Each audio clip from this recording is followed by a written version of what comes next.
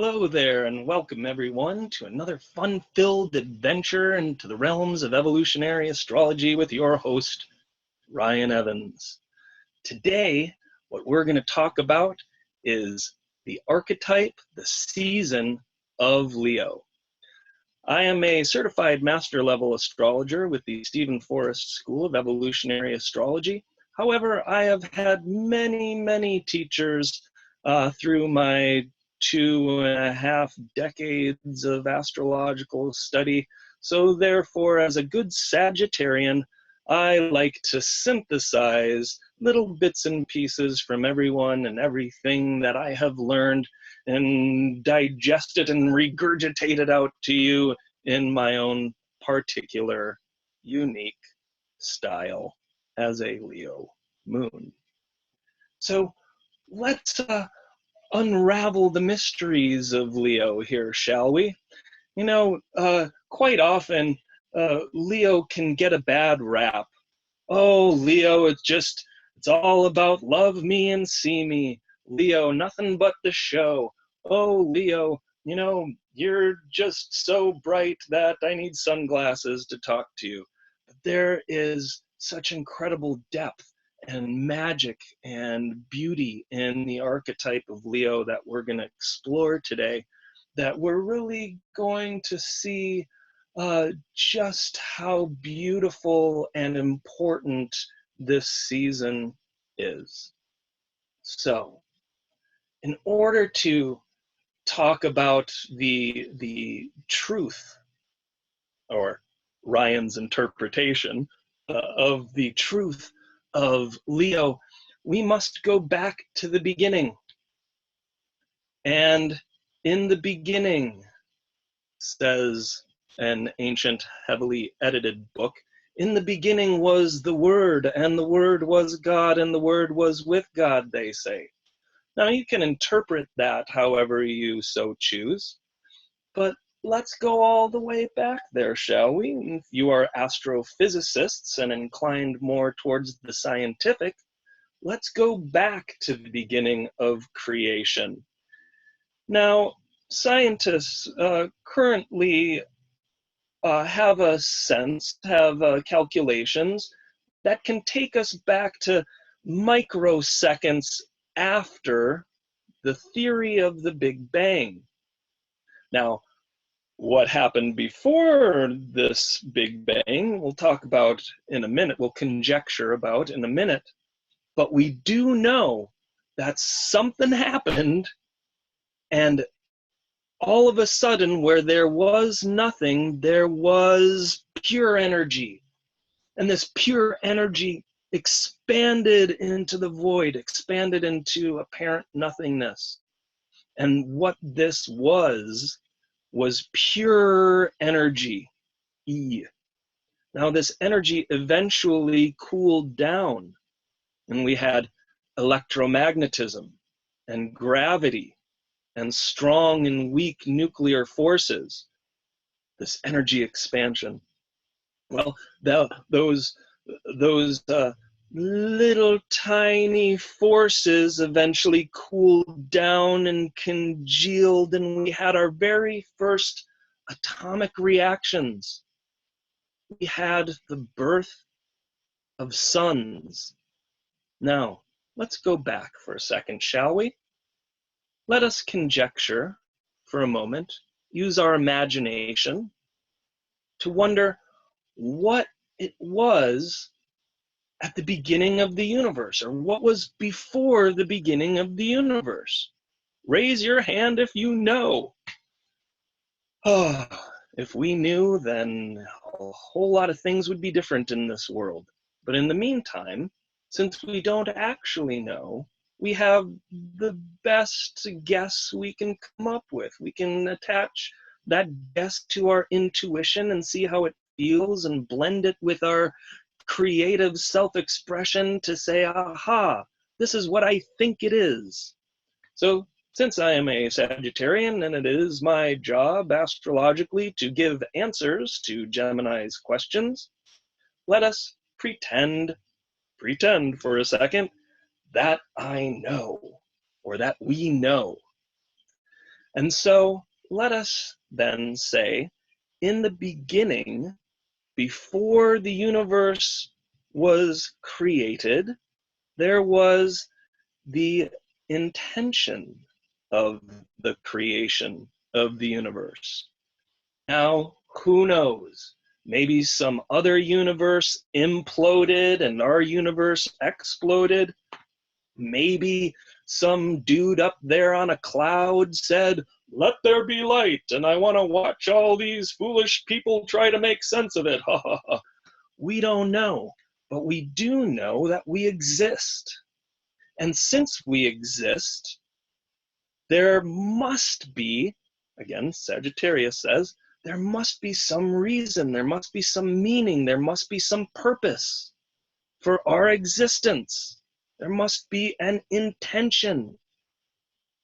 And so I am going to conjecture that the universe was created with intention.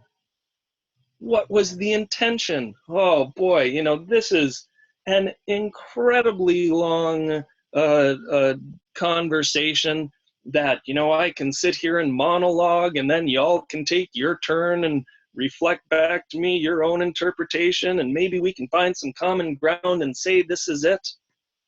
But for sake of conversation about Leo, there was some intention that gave birth to sons. And these sons came into existence, and they lived and they died, they exploded, and we had all the basic raw elements then to create the universe. And so this energy from intention, whatever the intention was, this intention came out and expanded into the universe. Suns are created, suns are destroyed, more suns are created, more suns are destroyed. And on one of these rays, on one of these trajectories from the original intention at the birth of the universe, eventually came our sun. Now, the beautiful thing about astrology, in fact, something that I consider to be how humans started the observation of astrology in the first place, is that we were looking for meaning. So we looked outside of ourselves and tried to find it. And so here's the sun. This sun is, you know, in astrology, we anthropomorphize it. What is that part of our being that has its roots in the original intention of creation?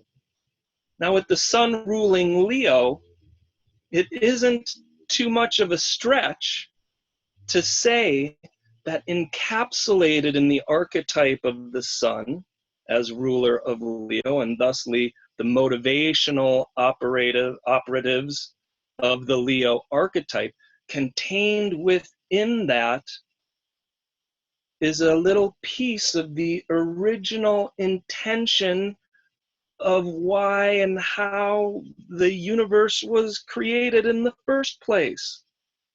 So, for those of you, oh, Leo, it's just about fanfare, or even deeper, well, Leo's about the true expression of self. Well, yes, Leo is about the true expression of self. Leo is about the true expression of what we humans need to do to present to the universe whatever our interpretation is of the meaning and purpose of creation. So not a small thing. So let's look at the sun. Where would we be without the sun? We would be flung off into the abyss, cold and dead within seconds. So the sun contains all of the gravity needed to hold us in place. Clue number one. Here's clue number two. We eat stored sunlight, whether you are vegetarian or carnivorous. The human eats the cow eats the grass eats the sun. Trickle down, we are eating stored sunlight. So in whatever form of intake of nutrients, the nutrients that we are taking in is actually sunlight. Whoa, that light, that flaming nuclear furnace that has its roots back in the original intention of creation, is what we eat to survive and thrive. Wow. Clue number 2. Now, here's another thing. Let's take Uranus out of the equation. Yeah, a little trauma. Hey, who needs it? Okay, yeah, I can be myself without Uranus. It's fine, whatever. But take Uranus out of the equation. The solar system will right itself. I'm not sure what it will do to our orbit, but, for all intents and purposes, the solar system will go on. You take the sun out of the equation, there's no solar system. We don't live in a Mars system. The world, our being, does not revolve around our passion, motivation, and drive. They're very, very important things, but everything doesn't revolve around that. Everything revolves around the sun. So the sun, the ruler of Leo, of course, shows us the central core intention, meaning, reason for being of our lives. So, what do we do with that? How do we do this right? What do we do with this Leo energy? Because we can get burned by the sun. The sun can blind us if we stare at it too long. In fact, if we put a microscope or a magnifying glass between us and the sun, and we really try to look at it, well, that's going to produce a laser that will burn our eye out. So we want to be very careful with solar energy. We have to give it a lot of respect. So how do we do this right? If what we're looking at is ultimately our own meaning and purpose and reason for being, how do we do this? Well, here we are. These are some strategies for being healthy Leo. Number 1, the sun shines.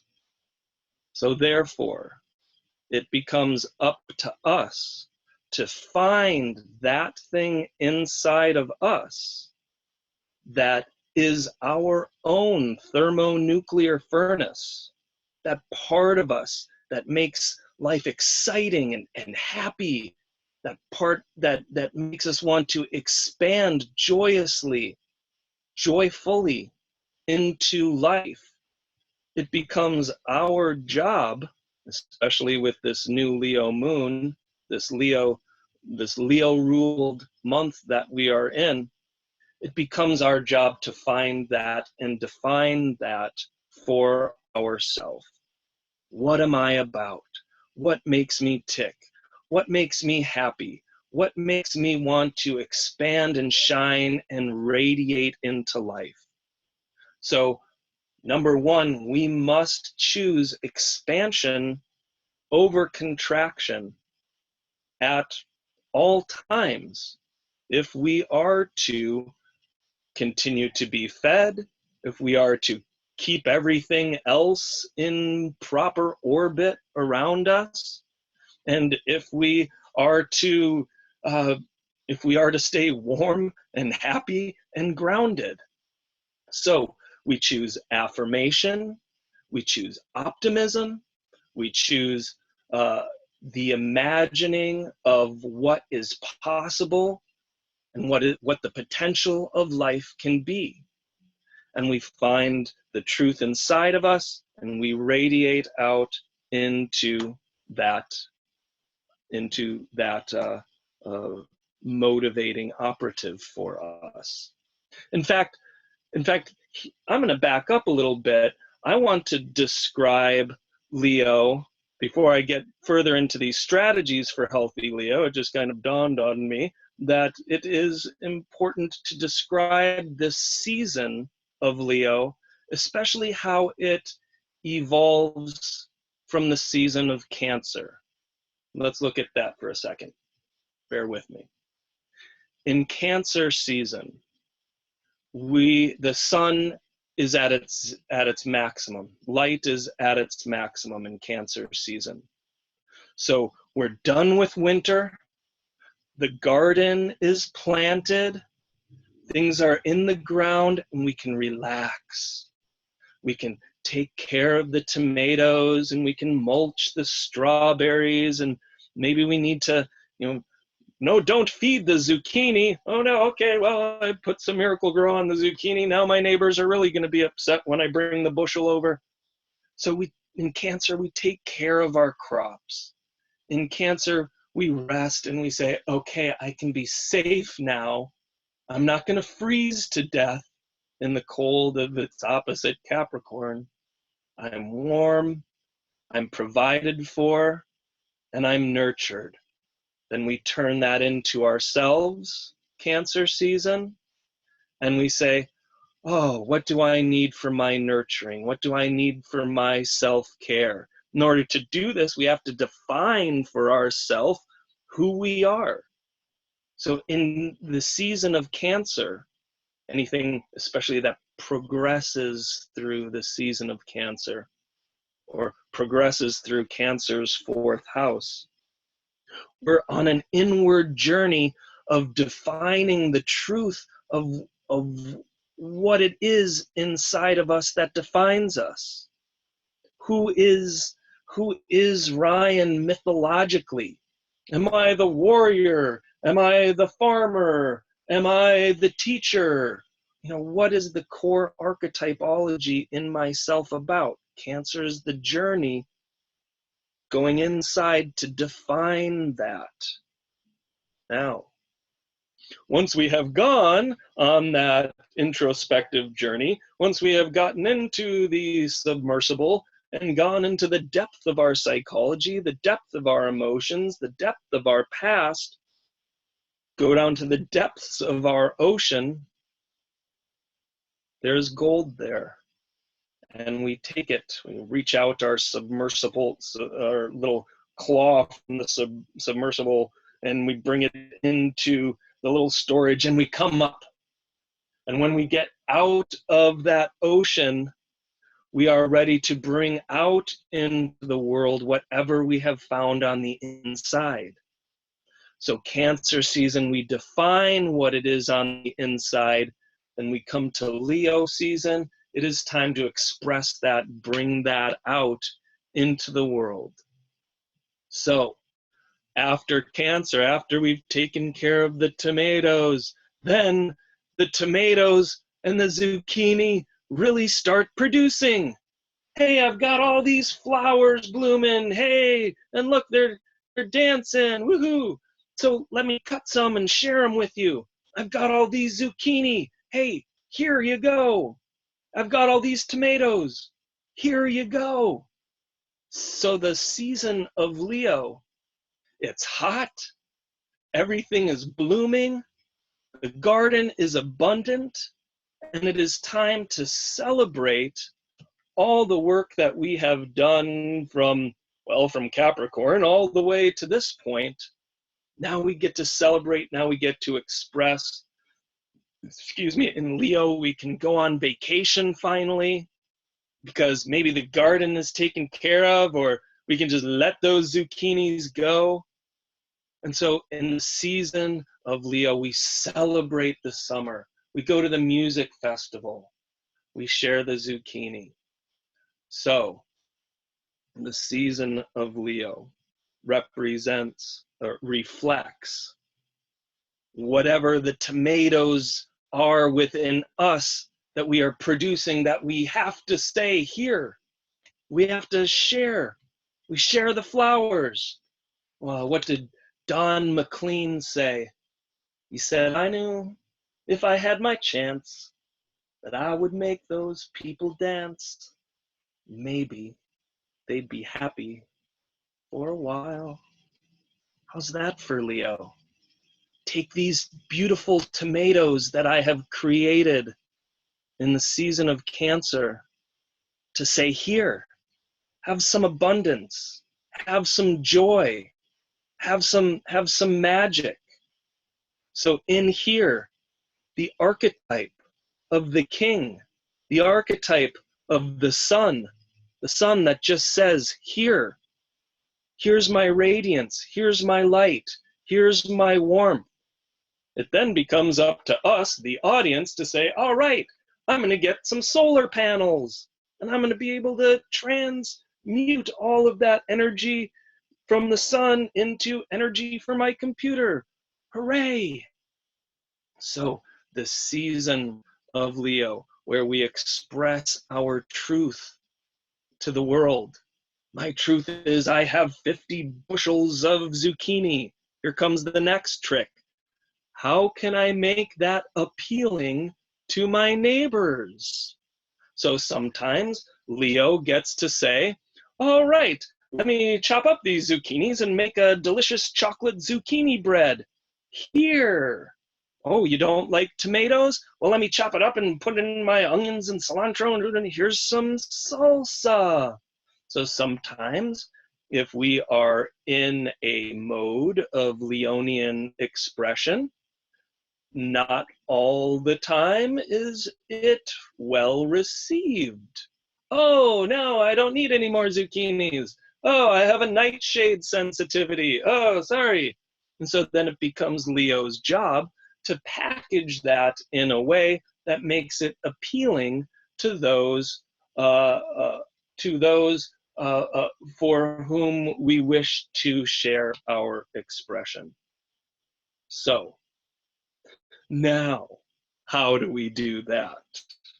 And like I said, going back, the strategies for healthy Leo, number one is to choose expansion over contraction.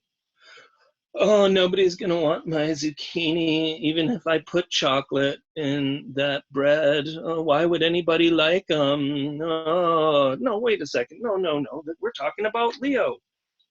Offer them up, and if the person doesn't like them, try the next person. The other person doesn't like it, give them away to the food shelf. Lord knows they'll take them, and then we can feel really good knowing that we've contributed, knowing that we've given a piece of ourselves up out to the world. So choosing expansion over contraction, as I was saying, very powerful, very necessary for healthy Leo. So this month, all of us are invited to choose expansion over contraction. Now, yes, Jupiter is still retrograde for another 10 or 11 days, and so there's still a little pulling back of the bow. But boy, when Jupiter stations direct and we let go of our arrow, and we give thanks for this time where we are aiming that arrow at our joy, aiming our arrow at that which we wish to expand into. So we give thanks. Healthy Leo, we say, I'm going to imagine the potential, and I'm not going to let the fear of not being good enough or the fear of being booed thwart my radiance and my expression. So therefore, number two, we need to develop healthy ego. Now, for some of us who have studied some of the more spiritual or transcendental or esoteric studies of the planet, there are some people who say, oh, you are here to dissolve the ego. You are here to let go of the ego. And to me, that would be akin to chopping off your most dominant hand. Don't do it. We are here to develop healthy ego, a healthy sense of self. the ego is so very necessary because it is the vehicle through which, with which we drive through this crazy earth plane with. So very, very important to have a healthy sense of self. So we love ourselves. We celebrate our own uniqueness because, again, inside each one of us is a piece of this sun that we ultimately came from and that ultimately feeds us. So this expression, whoever this heart is in here, is here to shine and radiate into the world. Otherwise, you would simply not exist. You wouldn't be here. So part of the purpose and the reason and the meaning for your being here is to be exactly and precisely who you are, because everybody else is taken, they say. So the development of healthy ego, how do we do that? We follow the 4 agreements. Who is it? Don Miguel Ruiz, I believe. The number 1 agreement: don't take anything personally. And so if we don't take anything personally, we know that nothing anybody does outside of us to us is because of us. It's all their own life, their own perceptions, their own choices, their own challenges. So if we are expressing ourselves, if we're being who we are, and some people don't happen to like that, well then all we're doing is we're playing our song in front of an unreceptive audience. Does that mean that there's something wrong with our song? Not necessarily. It means that maybe we've chosen the wrong audience. I could talk astrology to a group of tarot readers. You know, we both work in the archetypal realms. So there's some synastry there. I could talk in front of that audience. But if I go down to the convention center, to the dart tournament that's going on right now, and I get up on stage and I start talking about the beauty of the progressed moon through the 12th house, I would say there might be 2 people there, and the 2 people who might be astrologically inclined who are actually interested in listening to that. Does that mean that what I'm saying is wrong or bad or somehow, stupid in some way? No, it's very important to talk about a lunar progression through the 12th house. But I've chosen the wrong audience and, to give it to. And so the development of healthy ego says, it is important for me to express my gifts to those who are actually willing to receive it. Leo, the archetype of the performer, is about creator-audience synergy.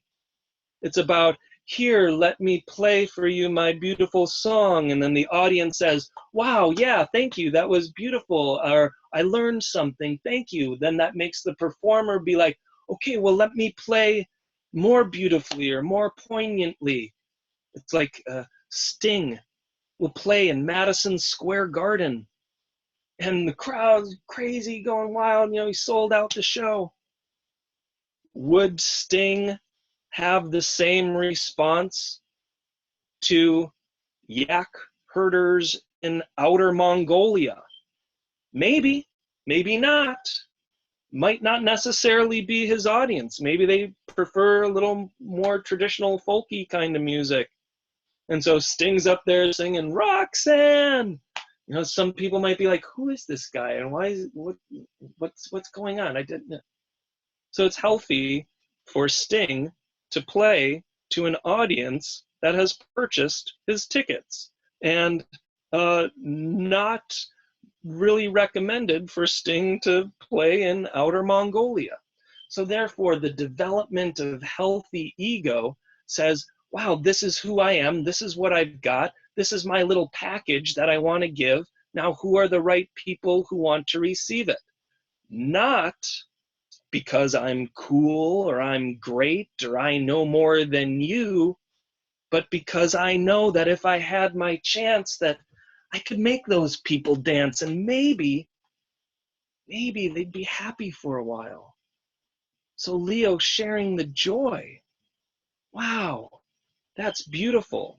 And so therefore, we need a healthy ego with which to broadcast that joy to those who are willing to listen to it. Which also says, don't do it for the applause, and please don't, get in front of the yak herders and play your punk rock music and expect them to like it. They might, but if they don't, then that's unhealthy ego if we start playing louder and, hey, you need to celebrate me. No, that doesn't do it. So number 3 strategy for healthy Leo, and that is expressing this self into the world unself-consciously. See, the ego is the vehicle there, but if we step outside of ourselves and look at that self, judge that self, try to grade that self on its goodness or perfection or something, then we become our own worst critic, and it immediately inhibits the truth of the natural flow of expression that is our true Leo. Do I look nice? Is my hair okay? Are they going to like my shade of lipstick? We can take this approach and maybe sell a few candy bars or something because we've tickled the right person's desire faculty, but are we really expressing the truth of our intention of our universe into the world? I mean, is that the reason for our being, or do we just want the attaboys and applause that can come from that? So if we can know the Cancer truth within us, oh, I am teacher, I am floral designer, I am intuitive psychic magic individual. We define that, express that out into the world, and do it because we have no other choice, rather than in order to just make money or to just do this thing or to just get the applause. Then we're developing a style where we just simply feel good just because we are expressing ourselves, because we can't not express ourselves. Like the sun, it can't not shine. I mean, the sun is going to shine, so much so that we need to turn away from it for 12 hours or so a day and then come back to it. And we need to just quiet ourselves, come back inside, reassess the truth of what's in here, and then wake up the next morning and express ourselves out into life. So expressing ourselves out into the world unself-consciously is healthy strategy number 3 for Leo. Number 4, Leo, the archetype of the child. Now, those of us who remember being children, or those of us who have children, know that when children don't get what they want, quite often there is a response of, give me what I want. And so, we can look at the archetype of the child easily as Shadow Leo. oh, you young child, you're so selfish, you just need to grow up a little bit and understand that the world doesn't revolve around you.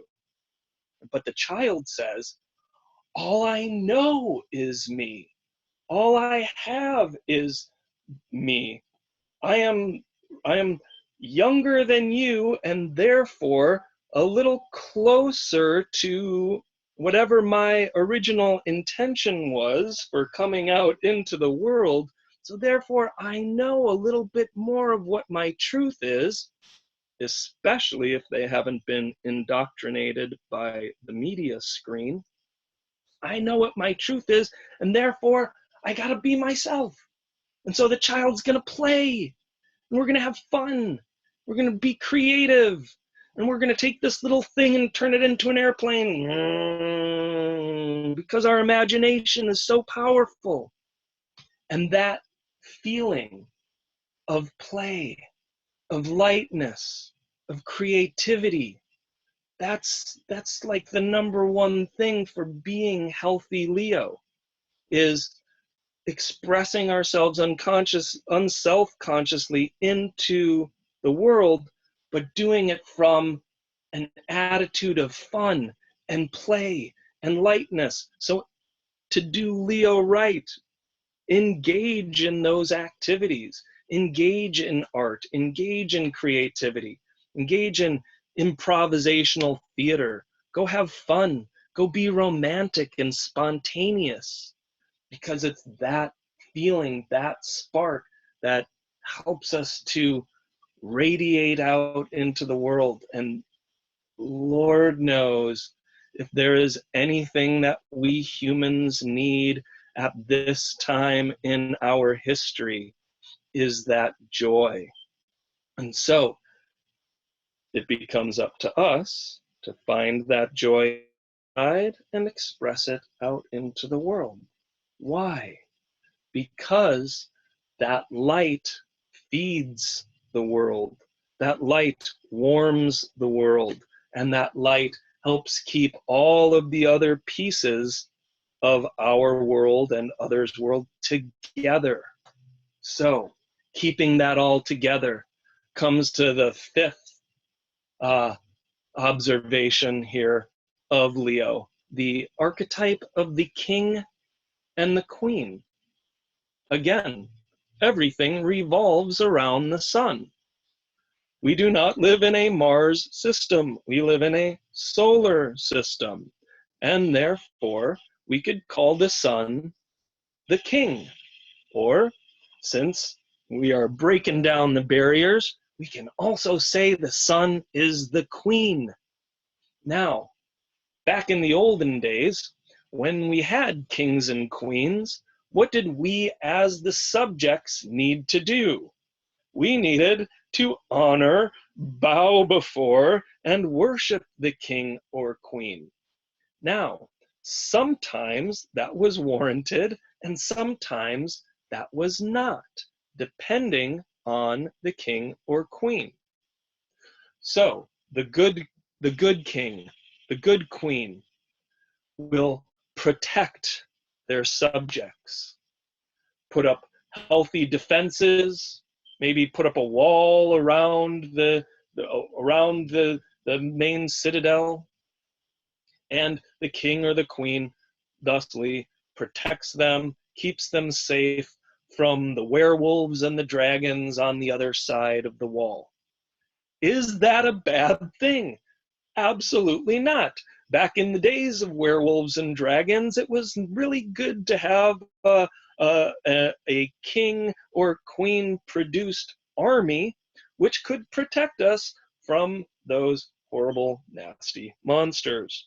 So, yay, king, long live the queen. We need the queen, protects us. Now, here's another thing. The good king, the good queen, ultimately rules with compassion, nobility, wisdom, and true justice. So the good king or queen makes these decisions of justice, solely makes these decisions of justice, and the good king or queen, wow, thank you. Yes, you are so wise, you are so noble, you are so true, and we look up to these kings or queens as the purveyors of justice, and we give thanks because ultimately there is a right or wrong in many, many, many cases. The king or the queen will be able to tell us what is right and what is wrong. The good king or queen will tax us fairly because the king or queen needs to use that cash to build the wall around the werewolves or monsters, not around the country's borders. At this day and age, we don't need those walls anymore. But back in the day, we may have. Back in the day, we needed to eat. So the taxation that the king or queen imposed on us, it went to really good things and helped the society thrive. And so therefore, the good king, the good queen is celebrated. We honor that. We worship that. So what is the good king or queen in you? It is the Leo function that helps us understand what the truth of our being is about and how to align with that. Again, take the sun out of the equation and there is no astrology. Take Pluto out of the equation and we're wondering where our soul is. We're a little fragmented, disconnected from our true power, but hey, we'll discover another outer planet anyways and it'll take its place and it'll all be okay. But the sun, so very important. So all of these healthy strategies can all cast very dark shadows. The king or queen could rule with impunity. The king or queen could be a terror. Off with their heads. Give me my pipe and my bowl and my fiddlers three. Tax them all. Let them eat cake. So the good king or queen, when healthy ego is not healthy, is a terror. So be the good king, be the good queen, rule with nobility, rule with justice. The thought of engaging in childlike activities, art, creativity, self-expression, beautiful, powerful, magical. Don't be childish. No, I want my thing. It's my thing. I'm not going to share with anybody because it's mine, because everything revolves around me. And it's like, that's where we got to like turn away from the sun. So whenever we feel this feeling of you're doing this to me, or the world is doing this to me, or relationship is doing this to me, we say, oh, wait a second. This ancient, heavily edited book says, I must be like a child to enter the kingdom of heaven. Open, free, loving, happy, and creative. Not, you have to be childish to enter the kingdom of heaven. No, I'm going to be a big spoiled brat baby. Yeah, no. Be like the child, open, unadulterated, ready to observe and accept and experience anything for the moment, and being as happy as possible in and amidst that. So what's another thing? All this expression, hey, listen to my music, love me, see me, feel me, hear me. It's all about me. And we play louder. And that is going to turn everybody away from us. So we have to remember that it's unself-conscious expression. Here's my thing. If you don't like it, You don't have to listen to it. And therefore, I'm going to present myself to the people that may have a little bit more potential of hearing what it is I have to say. And even then, if they do this, then I don't take it personally. And I know that, hey, I'm still myself. I still have this part of me that needs its expression out in the world. And so therefore, I'm going to look for places where I get more of this. Not because I need it for me, but because it reflects the fact that what I am offering in my expression is affecting the audience, is affecting the crowd, is affecting the client, is affecting the child in a way that helps us to expand and grow and feel happy, because ultimately that's what it comes down to, right? Being happy. The meaning of life. The meaning of life is to be happy. It's different for all of us, but as we've seen in this talk, a lot of the happiness, the truth of what happiness is finding that truth inside and expressing that out into the world.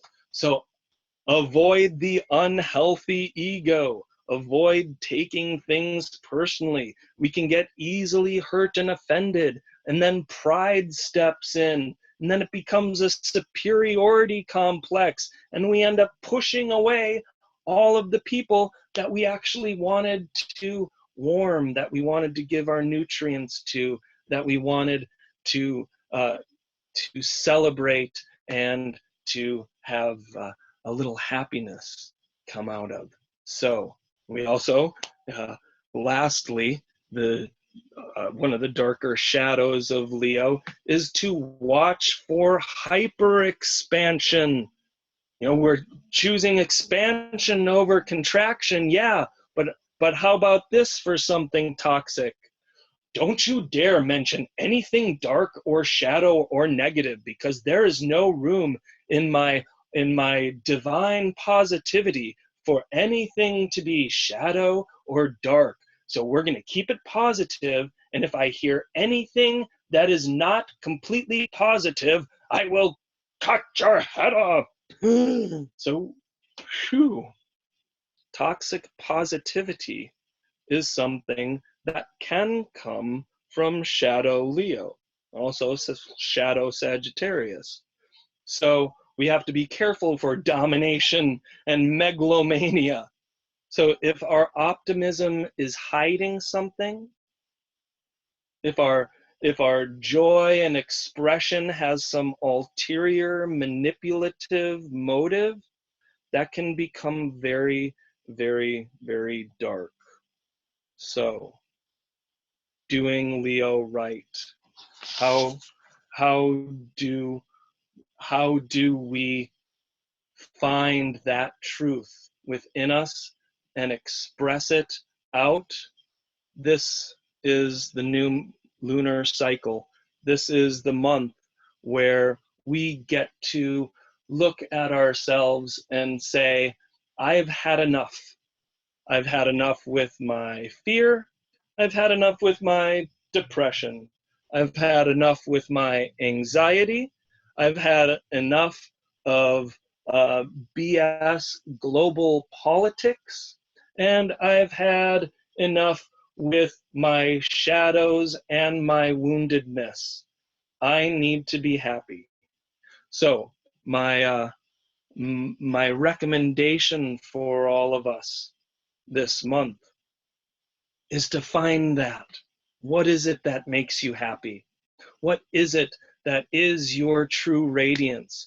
What is the core of your truth and the glory of your being? And how can you express that unself-consciously out into the world as the good, noble king, as the loving, compassionate queen? because ultimately here we are as individuals, as the center of our own solar system. So we must be very, very careful as to what planets, what other objects we bring into our orbit. Are they things that just feed the ego, or are they things, people, places, experiences that we wish to have an impact on, that we wish to share our joy with, that we wish to share our nutrients and our warmth with? So this is our challenge this month. This is our joy this month. And my hope for all of us is that we find it and that it's fun. So with that, I'll ask if anyone has any questions.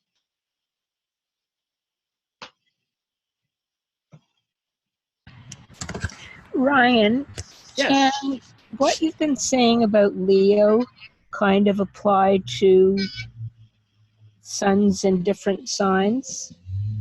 Yes, without a doubt.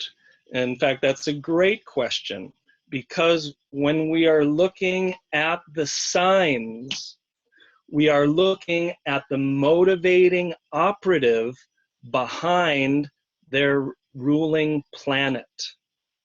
So Libra says, how do we do Venus best? Scorpio, Aries, how do we do Mars right? What are the reasons? What are the methods? What are the actions that we take in order to do Mars right? So if I say you have a sun in Libra, then we could take all of these things I said about Leo, apply them to the sun, and say the method of attaining healthy Libra is by approaching Libra in a Leonian way, expressing Libra unself-consciously out into the world, expressing Libra with healthy ego. So yes, so if I'm saying, so this whole talk about Leo could have very easily been simply about the sun. Yes. That answer your question? Yeah, very well. Thank you. Yeah, you're welcome. Any other questions, comments, how this applies to your chart, etc.?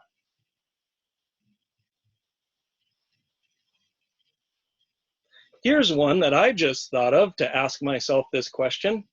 So what happens, Ryan, if we don't have any planets in Leo? Well, here's the answer. You have Leo somewhere in your chart. But Ryan, I have Leo intercepted in my 4th house. I can't find it anywhere. All the more reason to do the personal work of finding the truth of your being, going into that place and bringing that out. Invariably, something will transit across that empty space. And again, if you have Leo intercepted in the 4th house, you just had a powerful new moon in Leo. And so therefore, for that individual who has Leo intercepted in the 4th house, this is almost a once in a year shot to find the truth of your being and find your joy and find your happiness, hold on to it, declare it as such, and have that motivate you forward into life. So, did I answer your question? Well, yes, you did. Thank you so much. Oh, you're very welcome. Any other questions, comments, or otherwise? What was the question? The question was, what happens if I have no planets or points in Leo? Oh. Well, what happens when you do? No, just kidding. Then look out, sister. I'm in a very Leo mood, so then you do exactly what you just did. You make a little joke, you interject, and you make everybody a little happier because of it. I'm so happy it's Leo season. I'm like, can it last for like 3 months? Yeah. And then what happens? And then here's the end of Leo season. No, And then no, don't talk about that. then we start to burn up, and we realize that it was 2.5 bottles of tequila over the last couple of days. And while it was so much fun and so much celebration, guess what happens after Leo? It's Virgo, where we got to come back into our bodies, come back into responsibility, come back into the functional and effective, and take all of the expression and joy that we created in Leo and do something really helpful and meaningful with it. So that was fun. Any other questions or comments?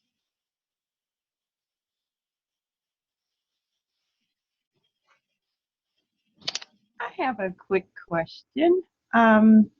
When there are planets, or even if it's just one planet in Leo, does that place more emphasis on the sun's expression and actualization? Yes, without a doubt. And so what you're talking about is a disposition there, where, you know, say we have Jupiter in Leo, then yes, we want to look to our sun.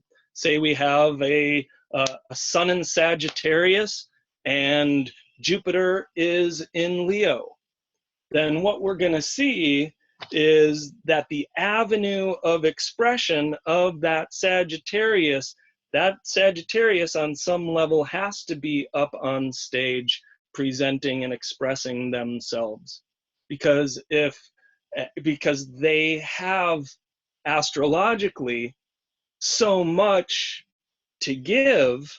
They have a mission and a meaning of their life, Jupiter, to express that radiance that is within them. So there's something there. There's something that has to find itself into the world.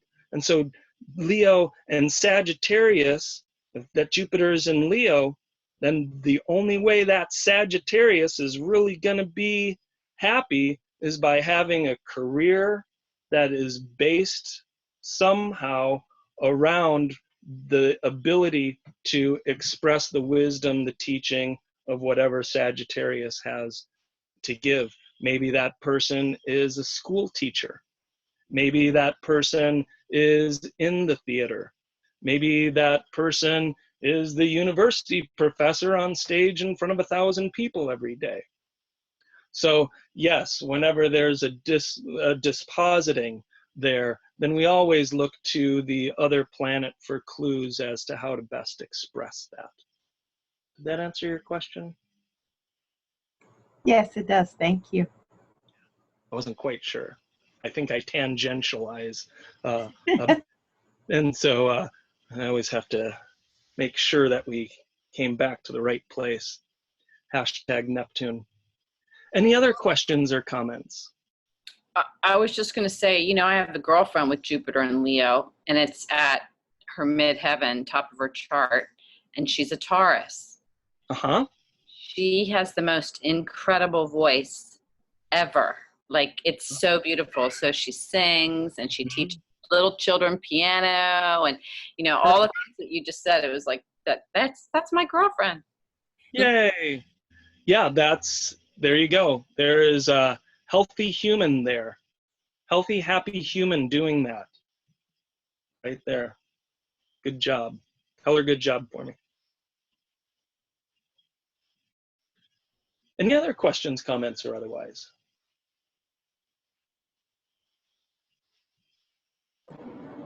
I actually have another question. Bring it.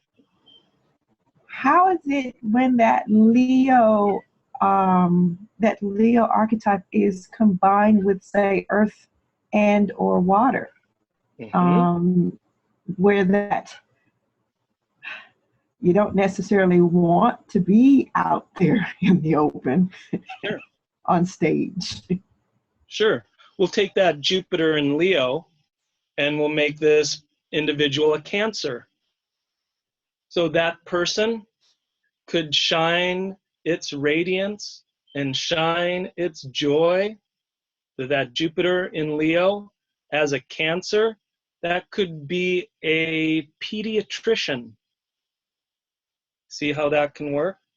That the expression of the solar radiance of Leo expression on the stage doesn't say how big the stage has to be. It could just be for one person. Let me express everything that I know about my healing, about my healing abilities, about my tenderness, about my nurturing. Let me express everything I can to you in this office, in this one-on-one kind of place. So it doesn't have to be grand and grandiose. Leo just has to be the expression of our truth. And so, again, we're not looking necessarily for every single human to be Picasso or Sting or, some world famous astrologer.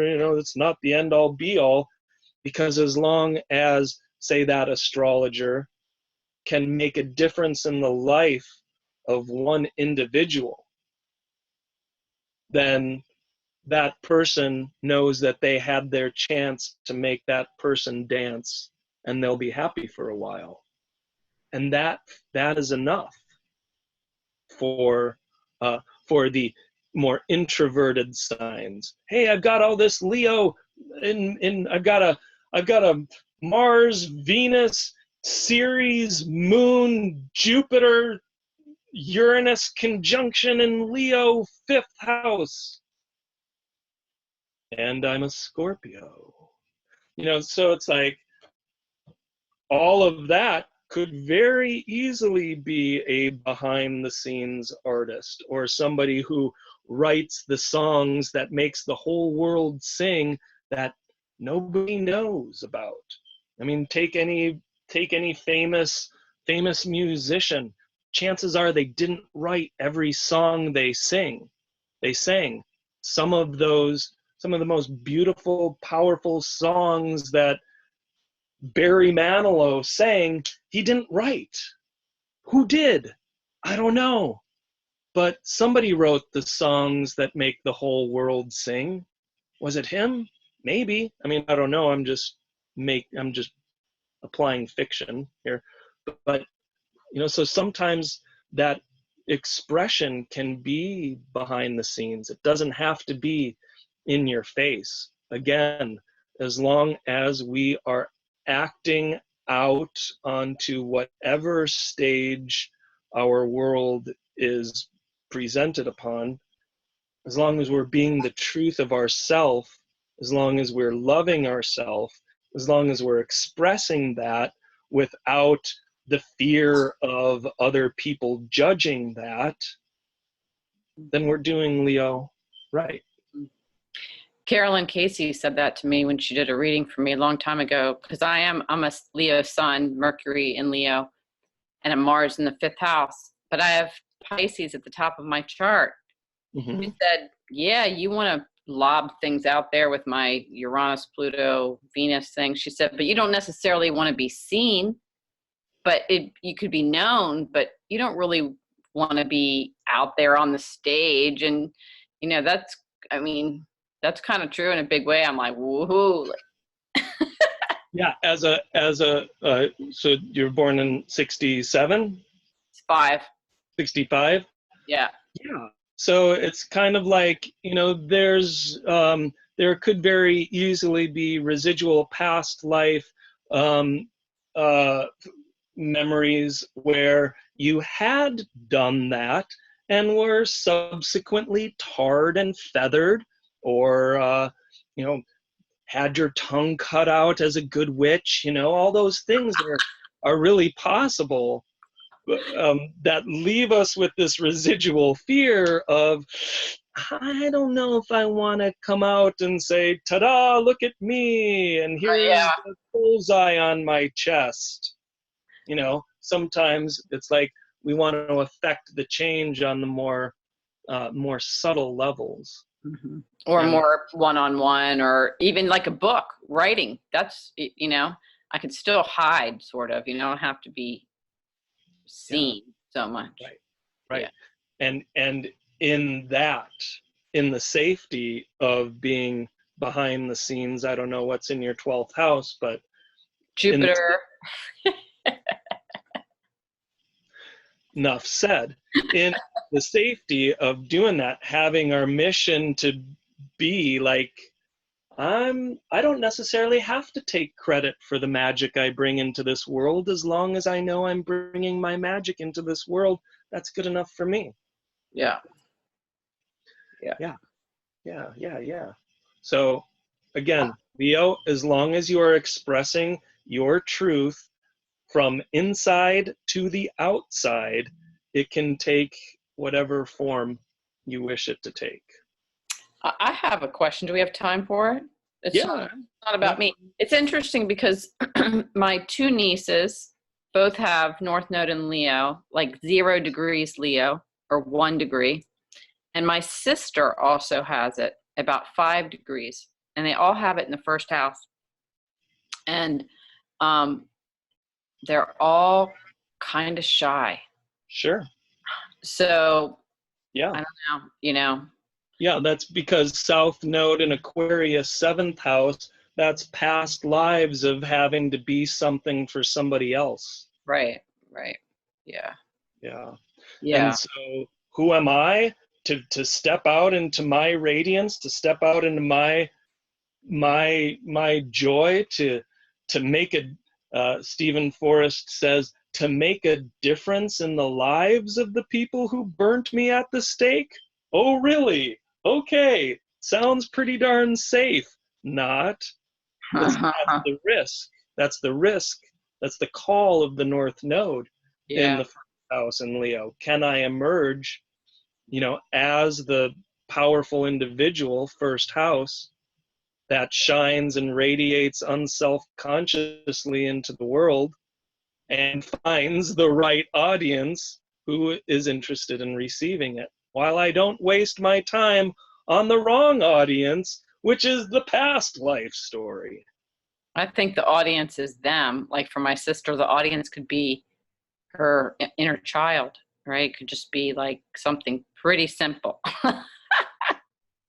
Because there's a lot of resistance to getting in that first house or into the Leo domain. Yeah, self-love. Well, I would hope that this new moon in their first house helps to trigger a little more acceptance and self-love. Yeah, me too. Thanks. Yeah. Any other questions or comments or otherwise? This is fun. I can do this all day.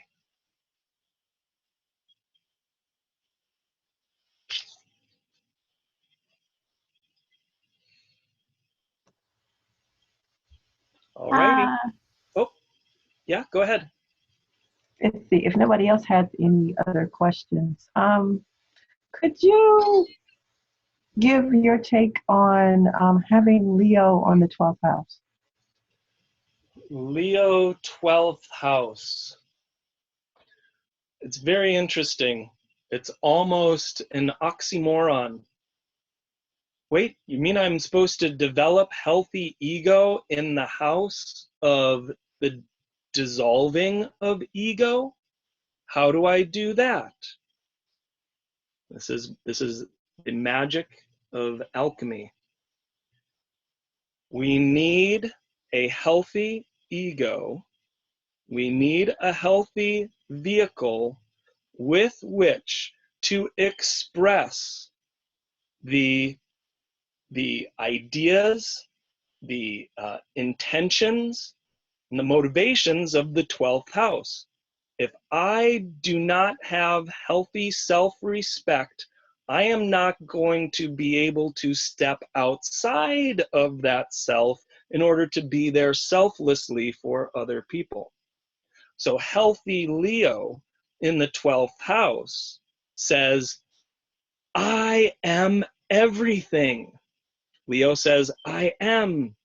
Leo says, this is the truth of my vehicle here on this planet Earth, in the house of non-reality. What does that mean? That means that we need a healthy ego in order to be in that place of egolessness. Does that make sense? Because if I don't have a healthy ego, if I think it's all about me, then the 12th house is going to do everything in its power, in its reflection, to show me that having excessive ego is not really a very smart thing.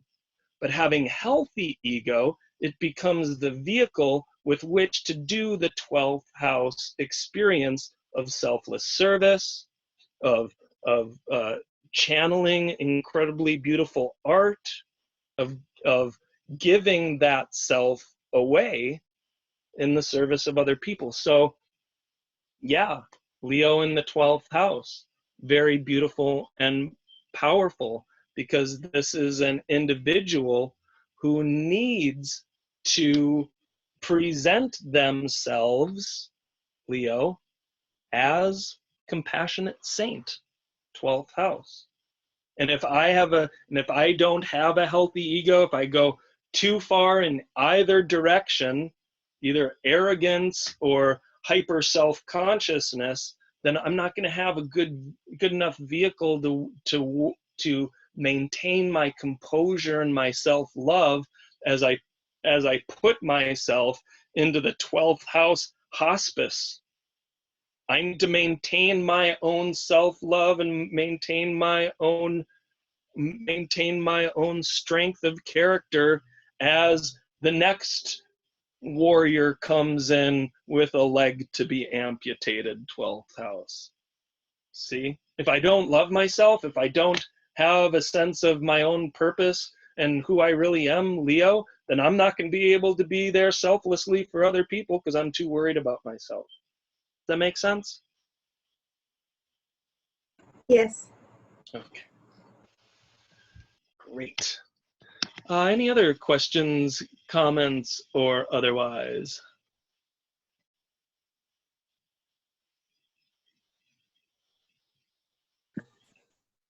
Somebody said, Della said she can't talk, but she has 12th house Leo sun, 8 degrees. Yes. So, Della, you are the saint. You are here to serve humanity. How? By being the good queen. There's the nutshell. $5. Just kidding.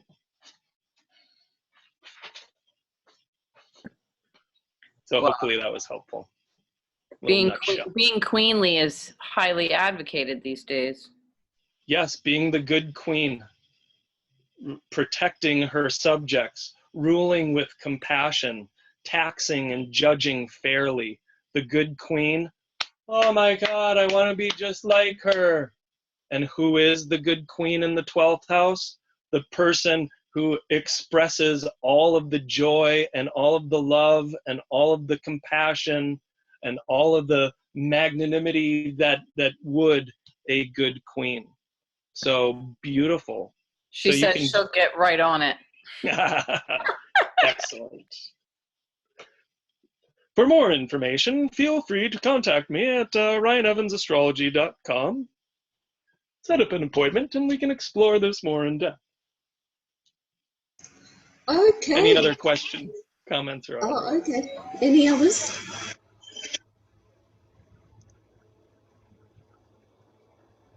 Well, thank you for answering all our questions.